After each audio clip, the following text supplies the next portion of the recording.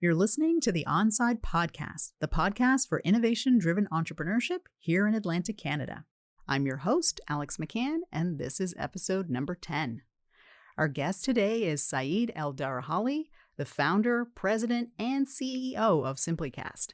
Saeed was 8 years old when he discovered computers, and he decided at age 16 that he would become an internet entrepreneur. Today, as the president and CEO of SimplyCast, he is a leading provider of multi-channel automated marketing services.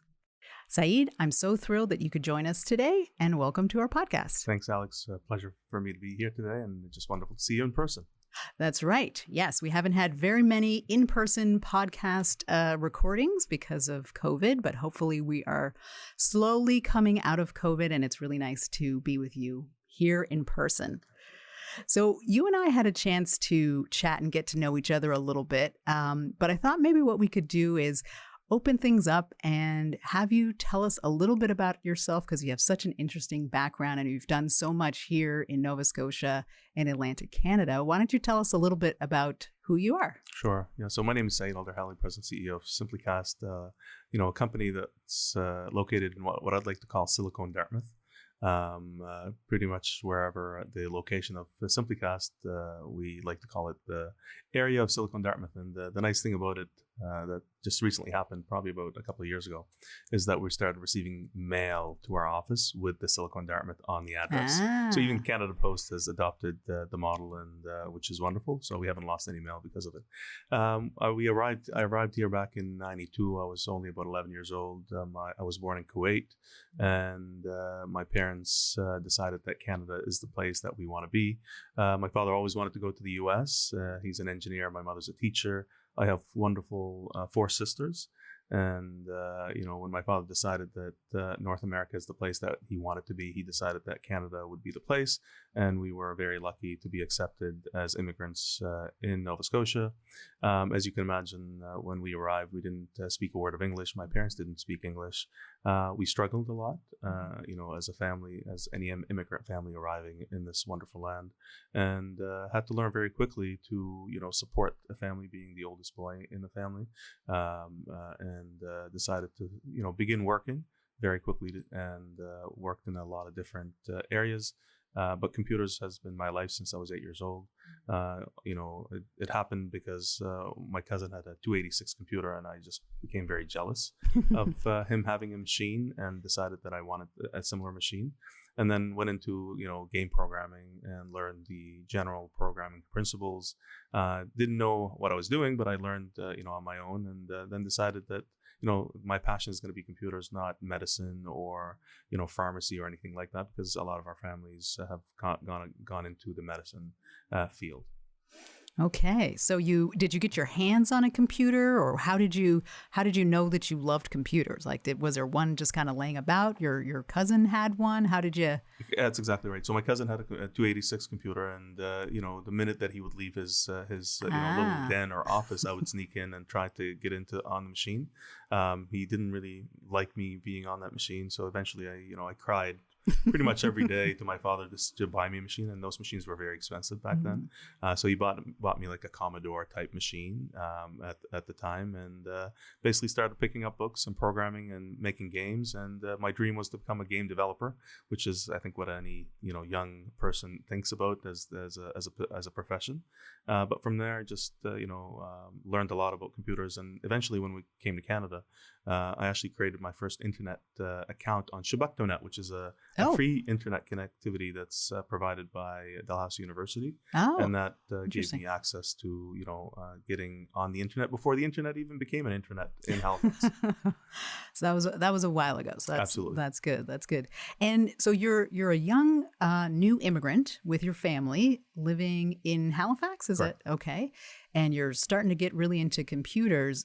But how did you start to develop a bit of a entrepreneurial bent? Was it something related to computers, or how did you start figuring out? You mentioned you wanted to help your family out and things like that. How did you kind of move that along and start going, thinking about entrepreneurship? Absolutely. So the first thing that I needed was cash.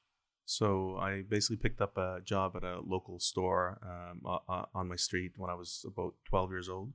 And then also picked up another job in a motel, believe it or not, and was working, the night shift after school, trying to generate as much cash as I could. And when I did that, I decided to start up a small little, a computer parts business. And there was a wholesaler back in the day that I would go and basically set up a relationship with, and started putting computers together for myself. I still have the full tower that I created back in those days, still in my storage, and I show it to the kids every once in a while. This is what a computer really looked like back in the day, and I would take it apart and show them.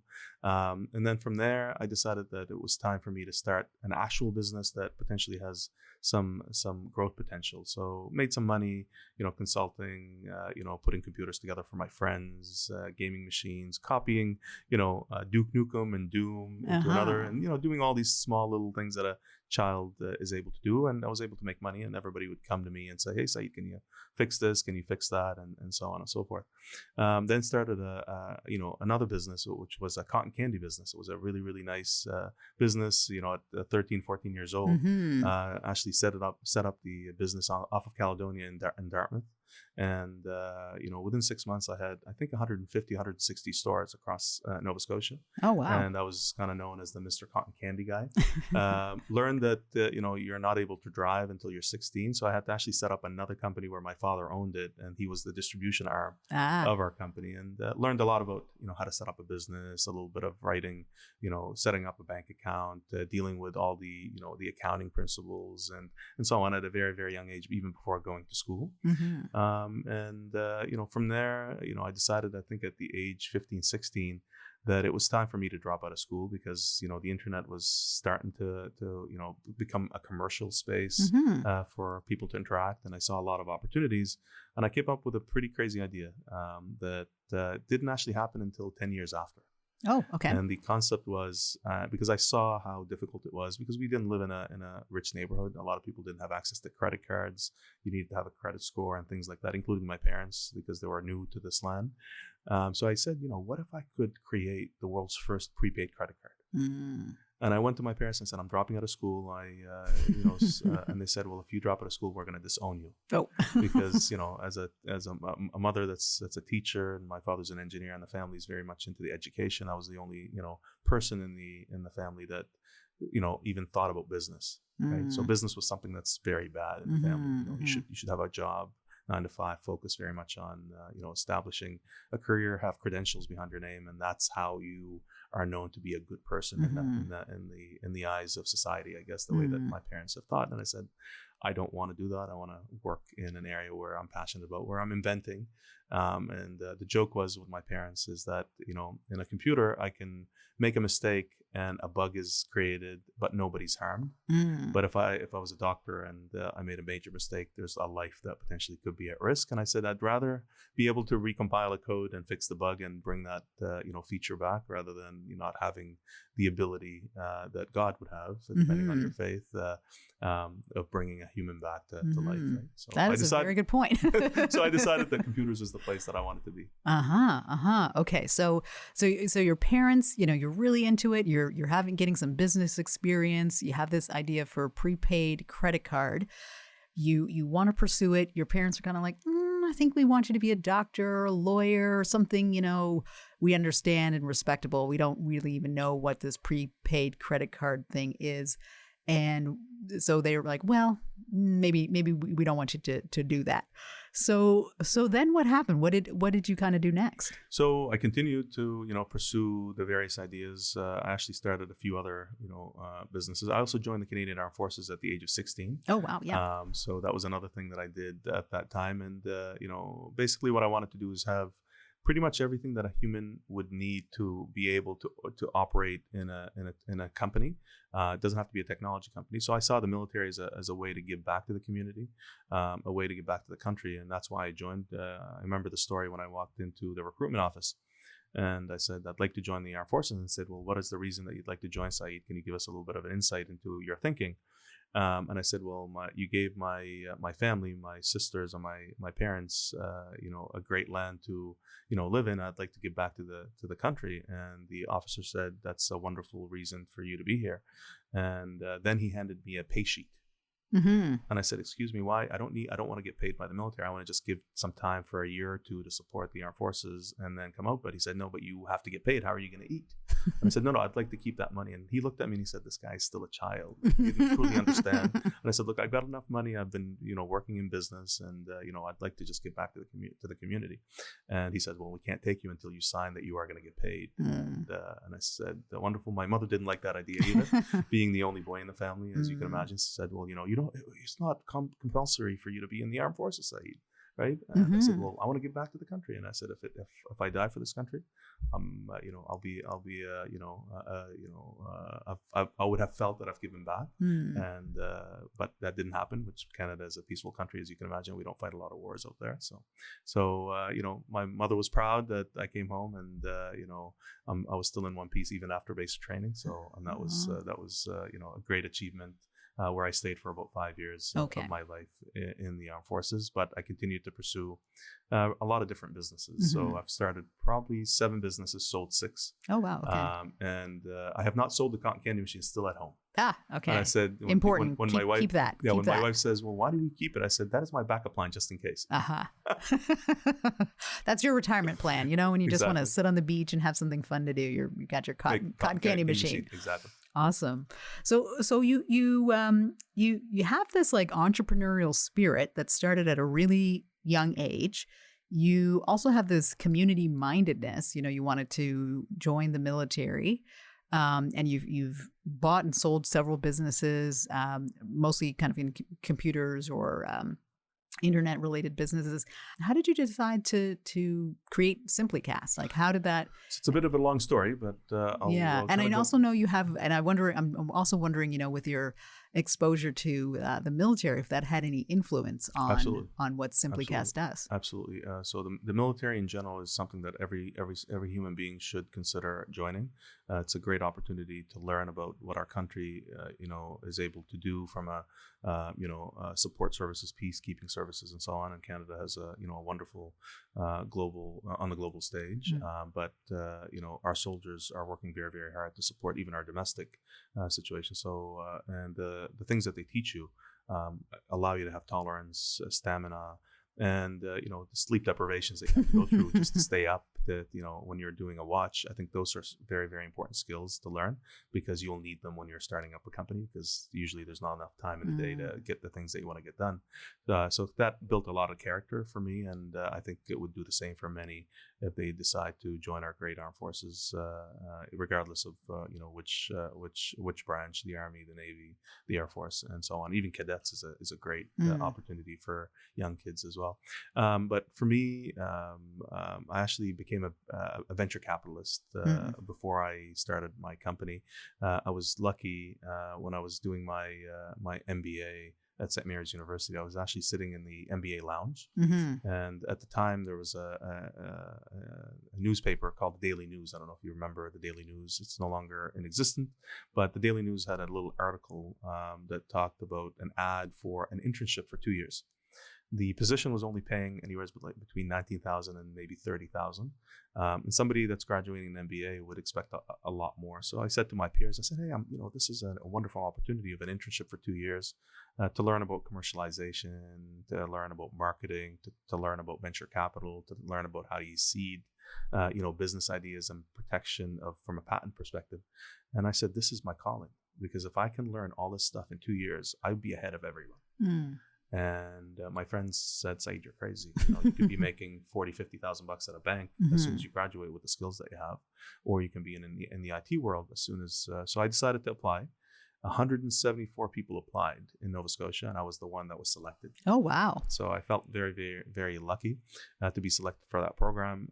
I think myself and another person were the only ones to complete that program. But what that program provided me is to actually work at Dalhousie University for 9 months at the Technology Innovation Office. And what that basically taught me was the opportunity of, patenting, understanding how to protect technology from an IP perspective, trademarking, working within the various programs that exist within government to get funding, for example, for the researcher, and so on and so forth. So from there, I also learned about venture capital, where I actually worked with a venture capital firm in Nova Scotia and a few other marketing, opportunities. So I had the business skills from a young age. Then I got this destiny opportunity, if you wish, where I worked for 2 years in the commercialization field within the university space, and then from there got hired as a venture capitalist for 5 years of my life, where I was on more of the buy side. So I was listening to entrepreneurs pitching. I was reading 1,500 business plans, for example, over the 5 years to decide which business we should invest in, do the analysis, do all the things that you need to do to actually be, a good venture capitalist before you can select the right firm that you want to invest in. That was a wonderful opportunity, but my heart was really in the business of inventions and creating technology and making an impact. And part of that process was I made a decision when I was 17 years old, when I was in the armed forces. There was a major event that happened in Nova Scotia that kind of changed my views in life, specifically, and why we really need to make an impact in a technology space and in the business, rather than just focus on one thing and just make money and sell your company and move on to the next thing, because there's an opportunity to you make an impact and a major impact.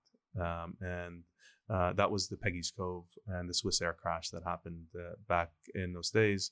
And when that crash actually occurred, my sergeant at the time within the Armed Forces in the Army called and said, "Hey, Saeed, we want you to call 3 other people." And I said, "Why is the military asking me to call 3 or 4 other people?"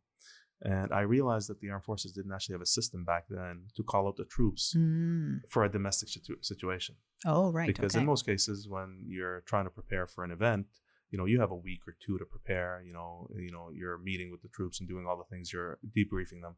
This actually happened at 5 o'clock in the morning, and we were called at like 5:30 or 6 o'clock in the morning.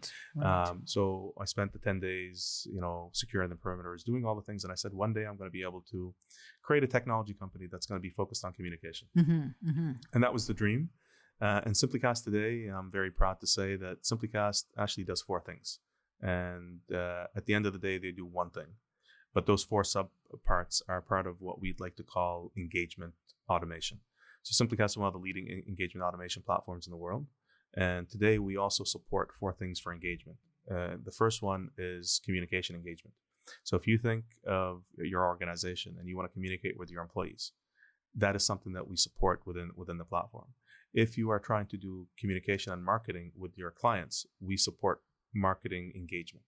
The third thing that we do is emergency engagement, right? Which is basically where the areas I've learned about within the military and areas that I've seen that pretty much every government in the world would require. And finally is the communication engagement. So those 4 items that are required within any organization, our technology now is able to support them in those 4 areas. So engagement, communication, marketing, and emergency are the 4 areas that we support any type of business. And today we have, I'm also proud that we had the Department of National Defense as a client of SimplyCast. We have the Government of Nova Scotia as a client of SimplyCast. We have, CIHR, which is a major organization federally, as a client, and many others. Almost every university in town is also a client of SimplyCast as well, the college, and many, many, many businesses. So we've been very lucky. We've been humbled, and we've been supported by our community here in Nova Scotia, and we also operate in over 175 countries as well, and in about 11 languages. Wow. Yeah, I took a look on your website, and I was looking at all the different things that you cover, the different lines of business, as well as sectors and partners that you have, and it's pretty impressive. It's a pretty holistic approach to what platform. Yeah, a true platform, which I want to talk about in just a second. But, I was thinking about your military experience. You had this experience at Peggy's Cove, which I can't even imagine. I remember that very clearly. I remember that accident. And then trying to find other people to just help, at this situation. And, with COVID-19, we're at that same kind of situation where, we have this global pandemic that took everyone unawares, except for probably, the people who run the models and, those kinds of things, scenarios for this kind of stuff. And SimplyCast has kind of come forward with some solutions to help out with COVID-19 with tracking and tracing. Can you talk a little bit about what SimplyCast has done? Because I actually didn't realize that I was using some of your things, and then I was like, wait a minute, this is SimplyCast. Exactly. So I was pretty excited about that. Yeah. So just for the record, for the audience, if you'd like to type in the word SimplyCast in your search engine and the word pandemic, you'll notice the date of that article was actually 2017. Oh, wow. So SimplyCast was actually thinking about the potential of supporting WHO health crises across the globe. And one of my team members thought of the pandemic, and we said, okay, why don't we take a look at the standard operating procedures within a pandemic, and what would a health authority would require to do, what would a medical clinic would have to do, what would patients, if they were infected, would have to.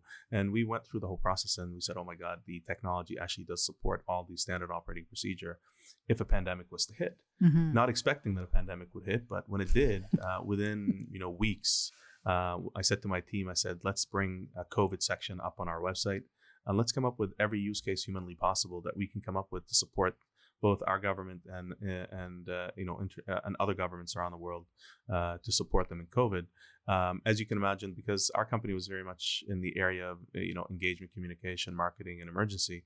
We were not known as a technology company that could support health, since it was not 100% focus of our company. So we went out and told everyone that we had what we had, but as you can imagine, there was a lot of skepticism, right?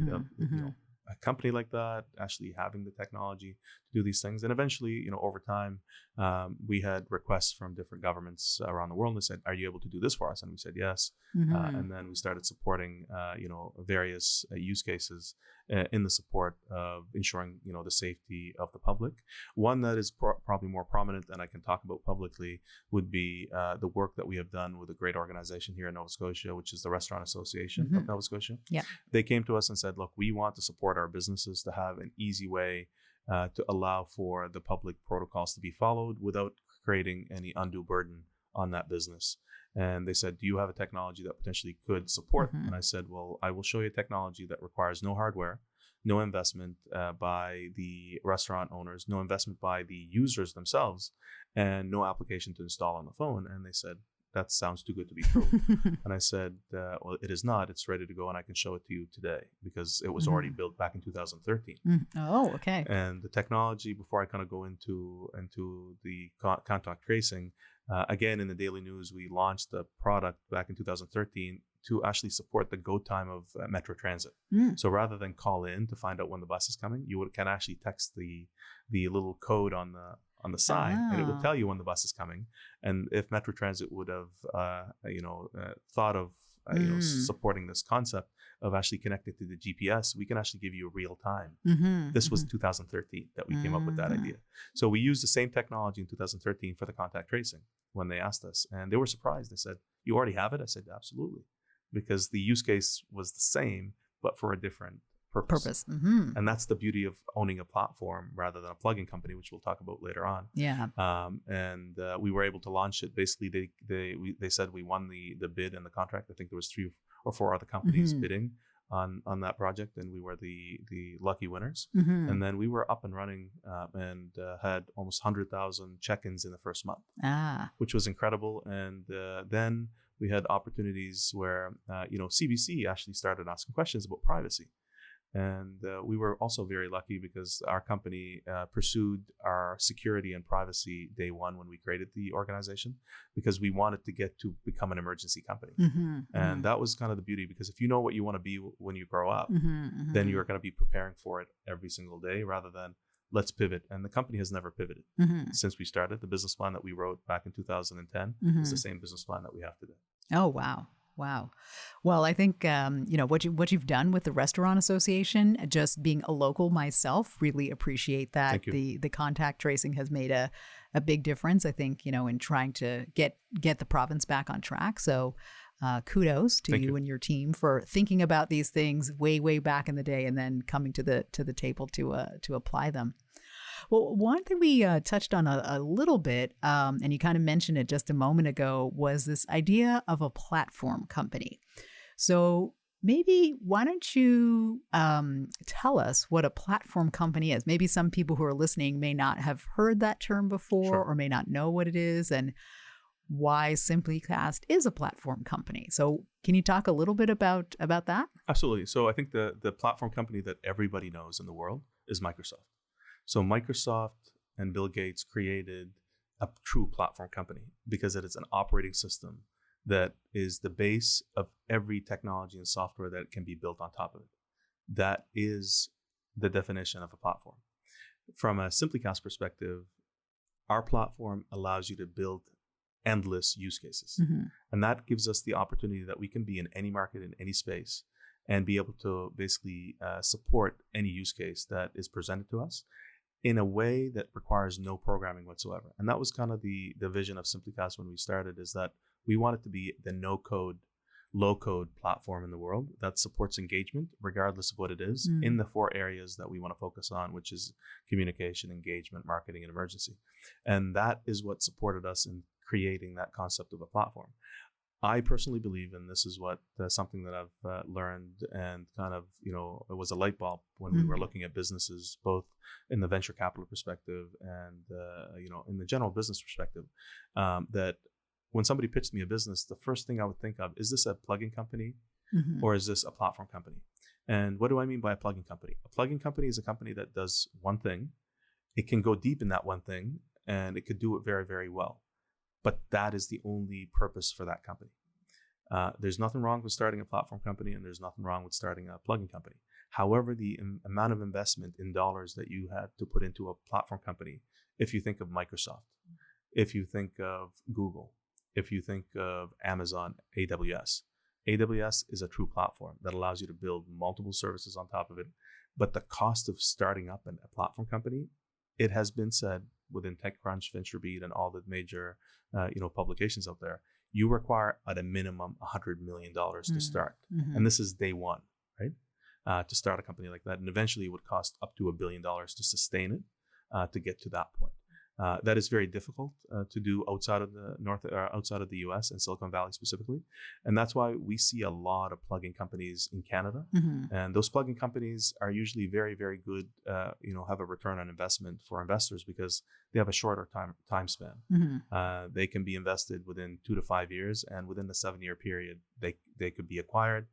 Good IRR for the investors, good return on investment for the angels, and it supports the ecosystem. However, a platform company usually takes 15 to 20 years to get to the point where you could actually see, because it requires a lot of investment, a lot of technological innovation, just the layers of that technology. So, I'd love to see a lot more platform companies, but we don't have the money to invest in those type of companies. And you would have to do it in a similar way where you will miss a lot of, windows of opportunities, because if you can't invest that large dollars, other companies will eventually eat away at the window of opportunity and will cause you to rethink your strategy every once in a while, which is part of being an entrepreneur. So SimplyCast as a platform company, are there companies that you work with that would be plugging into SimplyCast, or? Yes. Yeah. Okay. Absolutely. Okay. Yeah. So SimplyCast is a bit of a different beast, and the reason why, so SimplyCast actually owns 26 products.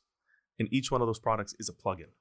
And our vision, and I don't mind revealing this publicly, our vision is to actually have 100 products on the platform and eventually allow others to build. However, what we have found just in the last 5 years is that SimplyCast today has probably close to 400 use cases on the platform. And we see no limit to the use cases now. And they're coming to us so fast that it's just becoming a very interesting, that the vision of SimplyCast back in 2010 is actually materializing in ways that I've never thought. Interesting. Which is wonderful, and just kind of speaks to the wonderful team that we have at SimplyCast, and the way that they believe that this was going to be the field of dreams. If we can build it, they will come, and they started to come. And as you have seen, the contract tracing is one, and there's others that you'll be hearing about shortly as well in the coming weeks and months. Okay, well, I look forward to hearing about that. I will stay tuned for the things that are on the horizon. And one thing we've talked about a little bit before, and you kind of touched on it a bit here, was you were talking about your team, and I know that you're particularly interested in supporting youth unemployment and talent development. Can SimplyCast has grown to this size and success and stage of development, partially because of your leadership, but also partially because of the people that you bring on Absolutely. board.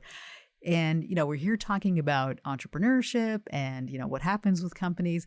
Can you talk a little bit about the importance of developing talent for a business in general, and maybe more specifically related to a tech-based business? Yeah. So I've made in early days when I was at St. Mary's University doing my undergraduate degree in computer science, business administration, HR, and economics, I decided that that's a lot of things, by the way.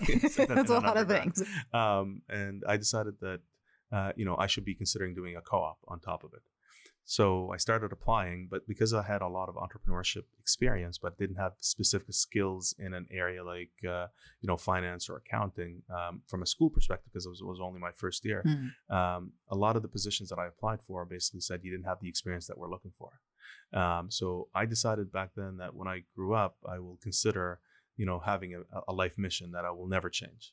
And that life mission has been since then is to end youth unemployment. My work within the One Nova Scotia Coalition, the work with pretty much all the organizations that support youth in our province has been something that I have taken as a personal objective. So, every day I work in my company. I support, the objectives of the organization, but before I go to bed every night, I will ask myself, what did I do for our Canadian youth? And if I didn't think of a way to support them or a different way to, talk about them in the various meetings that I have and so on, I just would not feel, satisfied at the end of the day. So recently I've been asked by the federal government to sit in on the National Research Council board. The first meeting I had, the first thing I said, is there a youth strategy that's in place? And I was very happy to see that NRC had a youth strategy in place. And I said, well, how could we improve it? And they said, oh my God, this guy's going to push really hard on youth. The first thing I did when I joined the One Nova Scotia Coalition, what are we doing for youth, right? Same thing when I go into my company, what are we doing for youth?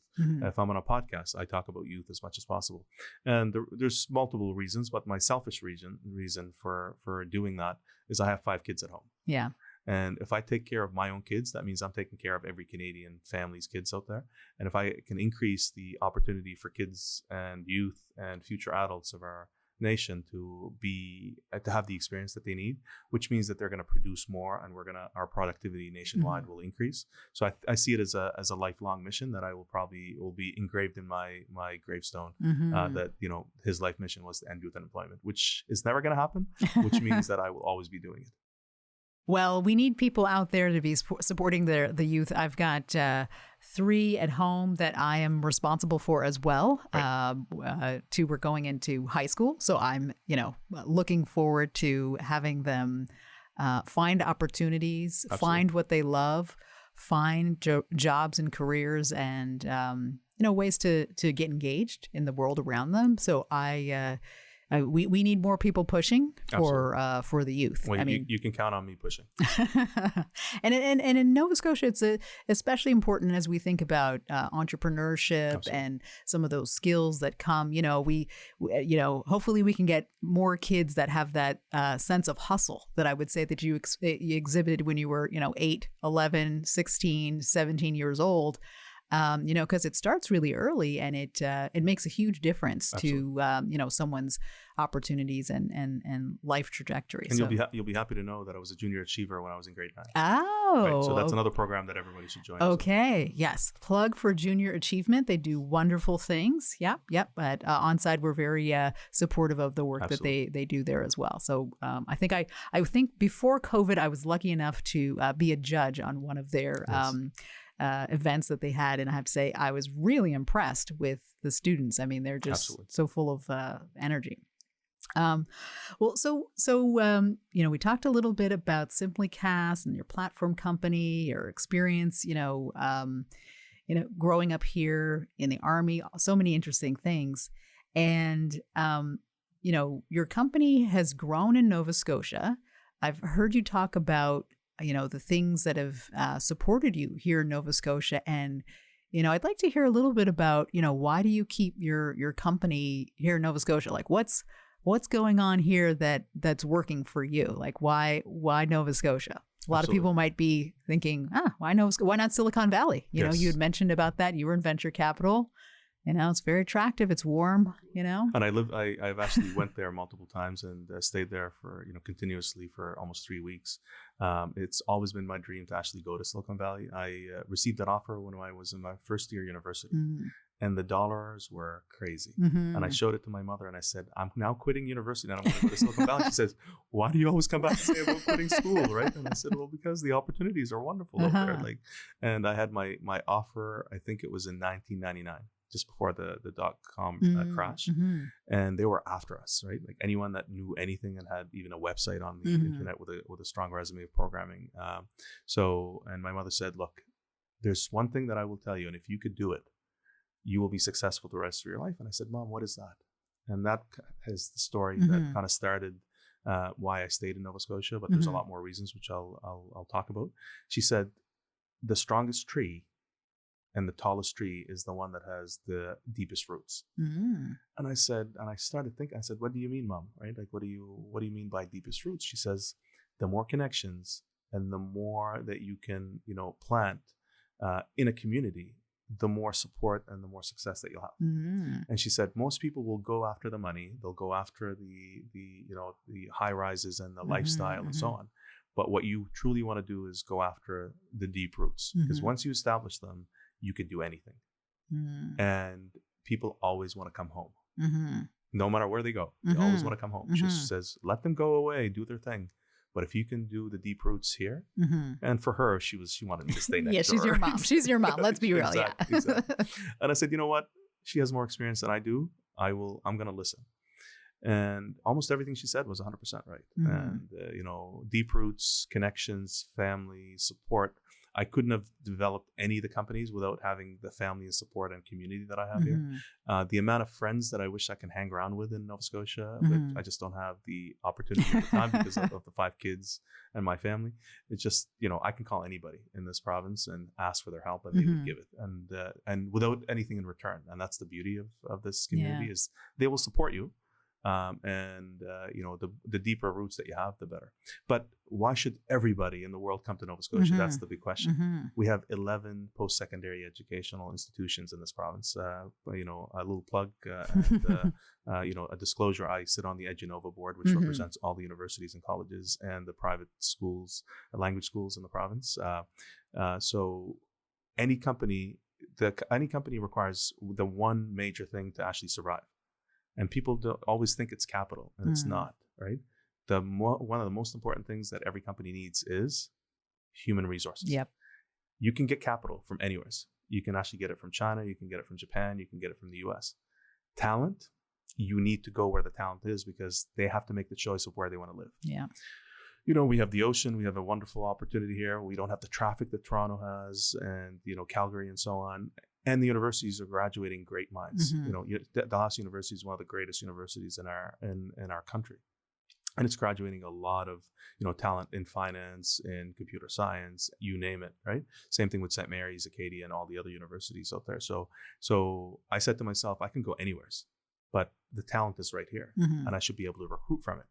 And it also serves my ending youth unemployment purpose. So that was number one. Number two, Halifax is pretty much across the pond from the UK, time zone to Boston, New York, and all the major establishments. And we have a trade agreement with the US that I can literally walk over to the US back in the day without a passport, right? Now we need a little bit of passport because of all the situations that's happening out there. But still, when I walk through the border, I have never been stopped ever in the history, of me doing any international travel. And that is because you have a Canadian passport. And the US sees Canada as an ally, which means that we can ship our product to the biggest market in the world. So where do you want to be? You want to be in a place that supports you. The government is second to none, both in Nova Scotia and federally. Right? They're always looking at opportunities to support. The SHRED program is a huge, key program that's available to early startups when they're coming in. NRC, which I'm also on the board of, but programs like that. ACOA, I mean, I don't think we have a program like ECOA anywhere in Canada the way that they support. NSBI is doing a huge support both for trade missions supporting. So I can just keep going, and there's like seed organizations. Seed is a great organization as well. But at the end of the day, it really comes down to that we have a favorable economic conditions. That we can support businesses, that it's not going to break the bank for you to start a business. Even this current government that we have is looking at removing red tape, right? So the more red tape that you remove, the more it's easier for business. I think our taxes continue to be high, but that's something that we have to work on, regardless of what jurisdiction that you're in. But that's, Nova Scotia is probably one of the best and most progressive. And we have onsite here as well, which is also working. I mean, Cove, the ocean, you name it. So I think there's a lot of good planning that's happening both provincially and federally to start the process. But I think we need to differentiate ourselves because everybody's be doing the same thing right now. And that kind of bothers me a little bit. If you look at every region, they're all trying to bring startups. Yeah. If you look at every region, they're always trying to start, funds to invest. If you look at every region, they're always. So we need to find that unique. And I think the federal government did a good job with the oceans, and that's something that we need to grow. But we need to find our calling, right? Like Montreal, AI. If you look at, Boston, it's biotech. So we need Nova Scotia to be on the world stage with that one or two things that we can do well and double down on them. Yeah, interesting. I've been thinking about that quite a lot, so I might come back to you about that because I think there's a growing sentiment out there of people recognizing that we have a really unique comparative advantage here, and people are trying to think about how to position that and how to share with the world what that is in a way that really resonates. So I'm definitely kind of interested in that. So I have a couple of questions that we usually ask our podcast guests. They're kind of sort of standard fare. And one of them is really, what is innovation-driven entrepreneurship? Like and every guest that we have has a very different answer about what it is. And, at Onside, we're working here in Nova Scotia to foster innovation-driven entrepreneurship. There's all different kinds. And, we want to get a sense from people, like, what does that mean to you? Right. It's one word: impact. Can you make an impact? Because innovation is about impact. So innovation in research, it's finding that next vaccine. And look at the innovation that has happened around the world because of the pandemic.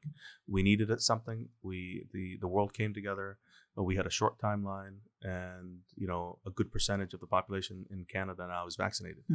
If you would have ever thought that a vaccine could come out in less than 2 years, 10 years ago, people would laugh at you, right? So innovation is about impact. And I think what truly makes anything happen is the person or the organization or the team truly believes in the impact. And this is what I ask my team every day. Do you believe in the impact that we're making as an organization? And if you don't, please leave. I say that to my team. I said, look, there's hundreds of people that would probably believe in this impact. But if you don't, chances are you're not going to put in your 100%. So I believe innovation has to create impact. Impact creates wealth, and wealth creates prosperity. So if you were to think about making an impact, you shouldn't be thinking about wealth right away, because if you're thinking about wealth, unless you already know that this thing is going to be the only thing in the world that, it's a vaccine and Pfizer is going to be the one to buy it, then, you already created prosperity, wealth, and impact. But 99% of the population has to think impact. Yeah. And the biggest reason why, when you truly believe in impact, you will not give up. But if you're thinking about wealth and prosperity, if it doesn't work out in the first 6 months, 12 months, 18 months, 3 years, they'll probably walk away from it. But if you truly believe in the impact that you're going to make, and you're tied to it because personal reasons, family reasons, a person passed away due to cancer and you are a cancer researcher, you're probably going to be thinking about that person for the rest of your life, and you're trying to make an impact so that person's story doesn't happen again. And I think that is true to the word innovation. The other thing that that probably is not very popular when I talk about is that entrepreneurship is just the word business. When Adam and Eve arrived on Earth, right? They probably started a business. And when the population grew, somebody started a business. Entrepreneur is just a sexy word that we use, but you're still in business. You're a business owner, right? The only difference between a business owner and an entrepreneur, if you want to differentiate them, is that an innovator is somebody that wants to innovate on something that will make an impact that probably didn't exist before. where a business owner is in the business of providing a service or a product that is in need for the market, and hopefully you'll innovate a little bit on it, but that was not the goal that you went into that business. Yeah. Is you're trying to support your family and make money. Yeah.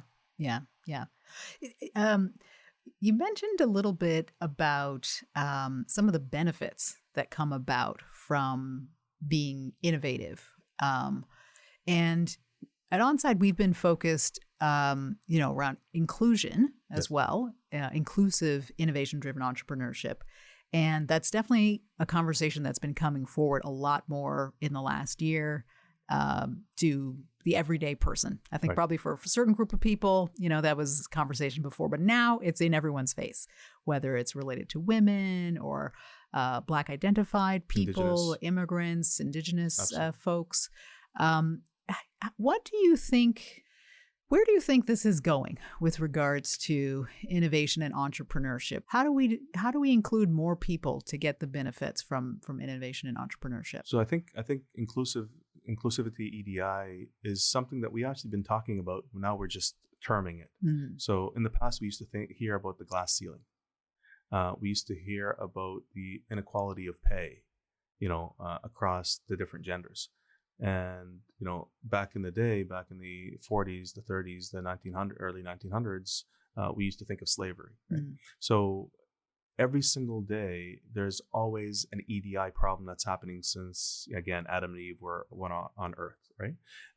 And, from an innovation perspective, I think what is happening from an ecosystem perspective across the globe is that we are now seeing that our society is catching up to our population diversity, right? Where if you looked in South Africa, for example, there was segregation, even communities where 100% were white and, the majority were Black in the poorer sections of South Africa, for example. So this is happening around the world, but I think from an ecosystem perspective, the governments and the world has woken up and says, we truly, to have peace around the world, we need to live in peace ourselves. Mm-hmm. And we need to start to change our communities from within rather than look at other countries first. So I think that's what's happening to Canada, both for the Indigenous file, for the African Nova Scotia, or the Canadian, African Canadians across the nation, immigrants that are coming here, regardless of what religion, and so on. So I think, over time, we're going to be seeing both, normalization of understanding that everybody's the same on the inside, right? Like we're just human beings trying to live, and we're trying to come to this great land so we can, support prosperity and economic growth. But at the end of the day, innovation is what will be driven because of diversity. And I think that's kind of the message that a lot of people don't kind of tie together. The more diverse the community is, the more innovation that will actually come out of it, because the individuals that are coming to this land, right, regardless if they're migrating from New Brunswick to Halifax, but they're here because they have a purpose and they have a reason why they migrated from one province to another, from one country to another. And when they get here, they have a lot more passion and energy that they want to get to that impact that they want to do. And that's what drives innovation, right? Because if you're trying to find a job and you don't know what job you're going to work, you're going to create your own job. When they create their own job, let's say a coffee shop, they're going to have to hire local people, which means that you've just grown the pie rather than stole a piece of the pie. And that's where a lot of people think that, in a democratic society like in Canada and in an area where capitalism is flourishing, you are always growing the pie. You're not taking away from the pie. And I think that's one thing that, Nova Scotia, we have to stop thinking about we're a not have province. We're here to grow. We're here to make impact, and we're here to grow the pie. And the more people that can grow businesses here, the more people will get attracted here. And I think the pandemic woke up a lot of people around the world to say, Nova Scotia is the place to be. And here we are. And they're moving here, even though they can work in another region, but they want to live because this is a really, really, really, really good place to live and play and grow a family. Well, you raise a really good point, because you can certainly enjoy your apple pie sitting by the ocean or by a lake or, on a boat. So I think as we're growing our pie, we do have a great locale here for people to join us. Absolutely. Last question that I have for you. This is another question that we usually ask our guests. Entrepreneurship Nurture or nature? What do you think? Nurture. Nurture. Okay. Absolutely. Why is that? Because I think if the person has the impact, then you need people to nurture them to get them there. Mm-hmm. Okay. I like that. Well, I think that we had a great session today. I bombarded you with a few questions. Thank you so much for spending time with me today and sharing about your journey here and your experience with your family coming here, your early experiences creating a business, all of the encouragement that your family gave you, Absolutely. some wise, sage advice from your mother. Absolutely. And for, sticking with Nova Scotia and really working with everyone here to grow your business here locally, employ youth, and all of the volunteer work that you're doing as well. You touched on that quite a bit, and it's really great to see that and to know that you're pushing in many different directions. For people who want to know more about SimplyCast, what's the best way to connect with you or learn more about your company? You can add me on LinkedIn, you can add me on Facebook, or you can just reach out to our team at SimplyCast. Okay, that sounds great. Thank you so much for joining us today. And for our listeners that are out there, thanks for tuning into the Onside podcast. We hope that you will stay tuned for future episodes. You can follow us on Twitter at Onside Now or check us out on our website. And can't wait for you to join next time. Excellent. Thank you very much. Thank you very much for having me.